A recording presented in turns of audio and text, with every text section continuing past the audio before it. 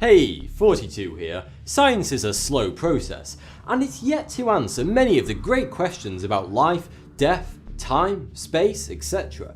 But some people are rather impatient and would rather make up their own mystical answers to life's great mysteries. People often turn to theology, philosophy, and the occult to try and find answers of their own. Mysticism is the search for apparent, hidden truths through a range of special techniques, such as meditation, rituals, spiritual development, certain drugs, or just by wearing a second-hand kimono and quoting David Bowie lyrics. So today we look at the dark and rather fearsome netherworld of mysticism and discover some of the most influential mystics in history. Aleister Crowley was an occultist, a painter, a novelist, a mountaineer, a poet, and possibly a spy for Great Britain.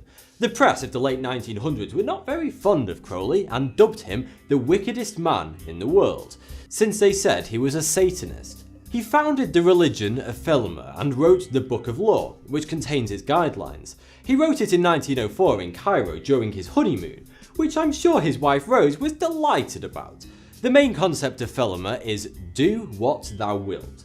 Crowley had previously been a member of the famous occult society, the Golden Dawn, but they were not fans of his bisexuality and lifestyle, so he left after about a year, losing out on his Egyptian clothing discount card and subscription to Spooky Tales Monthly. It's thought that his membership could have been an intelligence operation to undermine Samuel Liddell Mathers, one of Golden Dawn's founders. There are many other events in Crowley's life that could have been undercover work, such as when he wrote German propaganda during World War I. Our next mystic rose all the way from the peasant villages of Siberia to the top of the court of Tsar Nicholas II. Grigory Rasputin left behind his wife and 3 remaining children in his early 20s to become a monk, claiming he'd had a vision from Our Lady of Kazan. By 30 he had become a religious wanderer, walking between holy places and receiving hospitality in exchange for religious wisdom and likes on Instagram. Through his interpretations of the scriptures and his hypnotic, steely gaze, he quickly built a following and ended up in St. Petersburg around 1904, where he was eventually introduced to the Tsar. He cemented his place with the royal family through his mystical healing powers. He supposedly helped the Tsar's son, Alexei, recover from near death through the power of prayer, but was probably more down to the fact that he stopped the boy from taking aspirin, which was having a savage effect on his haemophilia. He became a trusted advisor to the royals, and even helped them to take major military decisions during World War I, encouraging them to withdraw large numbers of troops, either to reduce casualties or perhaps to free up German troops to move westwards and defeat the British. We weren't this crazy monk's biggest fans, and it's been rumoured that British intelligence had a hand in his mysterious death. It could have just been the work of the Russian aristocracy though, since they were not fond of Rasputin either, thanks to his influence and his slow descent into debauchery. Given that he grew a love of dessert wines and brothels, his body was found floating in the river, and it's alleged that he was poisoned with cyanide, then shot in the kidney and the head, and then drowned. I mean, if you're going to murder someone, you may as well do it right. Another Russian now, born some 40 years before Rasputin in 1831, Helena Blavatsky, was a spirit medium who co-founded the Theosophical Society. Theosophy is the idea that you can find salvation through discovering the mysteries of the universe, presumably by being really good at Googling.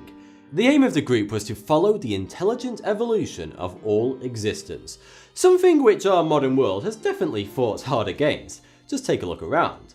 Helena claimed to have gathered various ancient wisdom and psychic powers from her travels around the world, starting in 1849, from the Americas to India and Tibet. Her biographers suspect that this was a lie and she was actually just in Europe photoshopping the Himalayas into her selfies, while she was really sitting in a Starbucks somewhere in Poland. Hey, we've all done it, Helena. She became hugely famous for her occult teachings, and although now her name is less well known, in those times it was recognised internationally as much as any modern trend-setting guru today. She was basically the Kim Kardashian of the occult, with a smaller bottom. A more modern mystic now, Nirmala Srivastava, who died in 2011, was the founder of Sahaja Yoga, a practice that covers a bit more than tight leggings and being able to suck your own toes. It's all about reaching a state of awareness and unlocking your Kundalini. Kundalini is said to be a body energy that flows through your various chakras, which are like invisible USB ports that run down the centre of your being. This is why you should never drop a yoga teacher in a bath, they may electrocute themselves. The general aim is to reach thoughtful awareness, where you understand everything, but you're not really paying attention. A bit like when you keep eating peanuts even though you're not really hungry.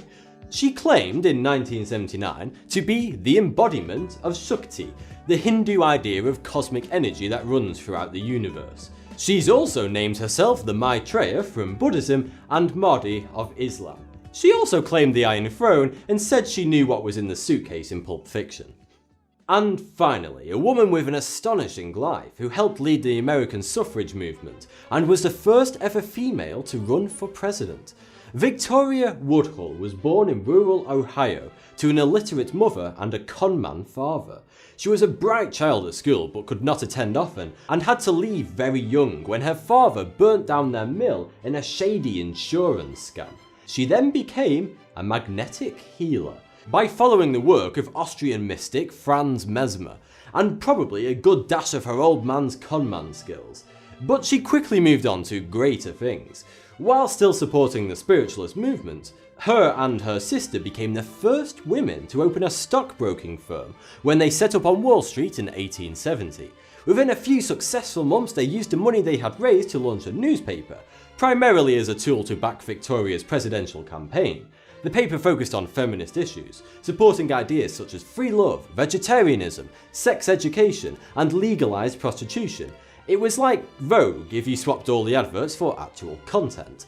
When the 1872 presidential vote came around, Victoria was actually in prison, since she had ruffled some feathers by devoting a full paper issue to the affair between Elizabeth Tilton and Reverend Henry Ward Beecher, a prominent Protestant minister in New York, highlighting the hypocrisy of the sexual double standard between men and women that had led her to believe in free love. We would all like to find the hidden secrets of the universe and unlock some kind of secret path to happiness and enlightenment. But if you want to become a mystic, you first need to get a really cool sounding name. I mean, just look at the people we talked about today.